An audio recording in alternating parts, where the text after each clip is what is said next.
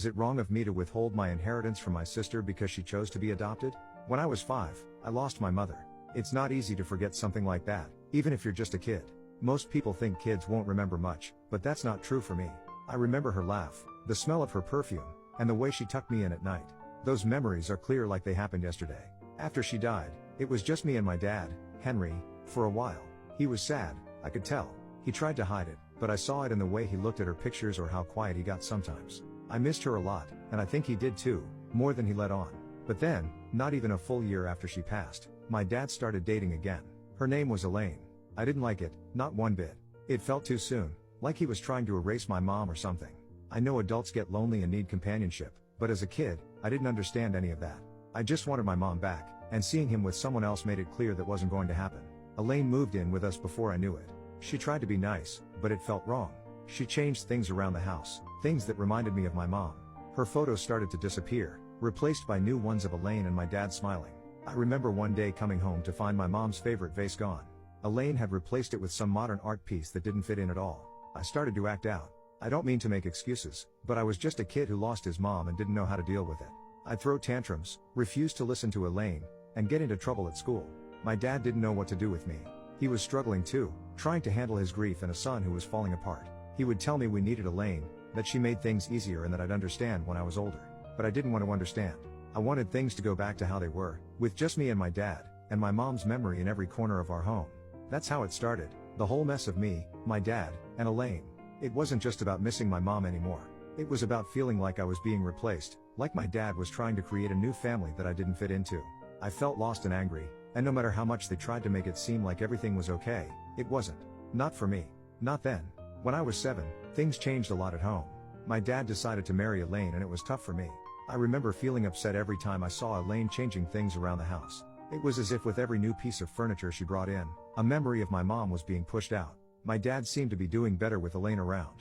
He smiled more and seemed happier, but that just made me feel more alone. It felt like he was moving on and forgetting about my mom, which I wasn't ready to do. My sister Anna, who was only 5 at the time, didn't seem to have any problem with Elaine.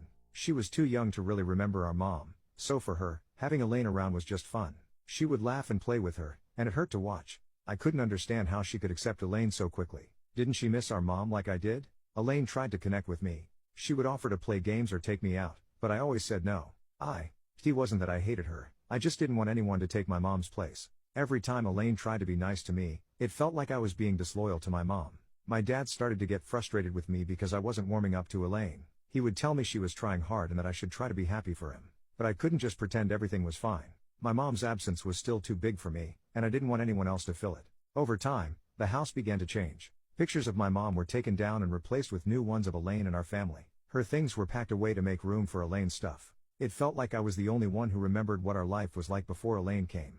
Anna got closer to Elaine and even started calling her mom, which was really hard for me to hear. That word was special to me and meant to be for our real mom only. I missed my mom so much, and nothing could make that feeling go away. Elaine was nice and all, but she wasn't my mom, and I wasn't ready to act like everything was okay. When I was 8, things at home started getting really tough. Elaine, my stepmom, and my dad wanted to adopt me. Anna, my sister, was okay with it, but I wasn't. They were serious about this adoption thing. They filled out a bunch of papers and talked about getting lawyers. One day, they sat me down and told me that being adopted by Elaine would be good, that it would make us a real family. I didn't look at them, I just stared at the table. I told them no, I didn't want to be adopted. I didn't want a new mom, not in any way. Anna was there too. She seemed happy about it, but I couldn't understand why. To me, it felt like they were asking me to forget my real mom. Dad thought I was just being difficult. He would say stuff like I would understand when I was older. But I knew how I felt. Then we had to go to court. I wore my best shirt, the blue one. Inside, we went into a room with a judge. He talked to my dad and Elaine first. Then he asked me to talk to him in another room, just the two of us. He asked me why I didn't want to be adopted. I told him about my mom and how I didn't want anyone to replace her. I said she was still my mom, even if she wasn't here anymore. The judge just listened to me. He didn't say much, just let me talk. After we talked, he said he understood how I felt and decided not to approve the adoption. Dad and Elaine were really quiet when we went back home. Anna looked like she didn't know what to think. Even though I was happy about the judge's decision, it made things at home more strained. Not long after, they started taking me to therapy.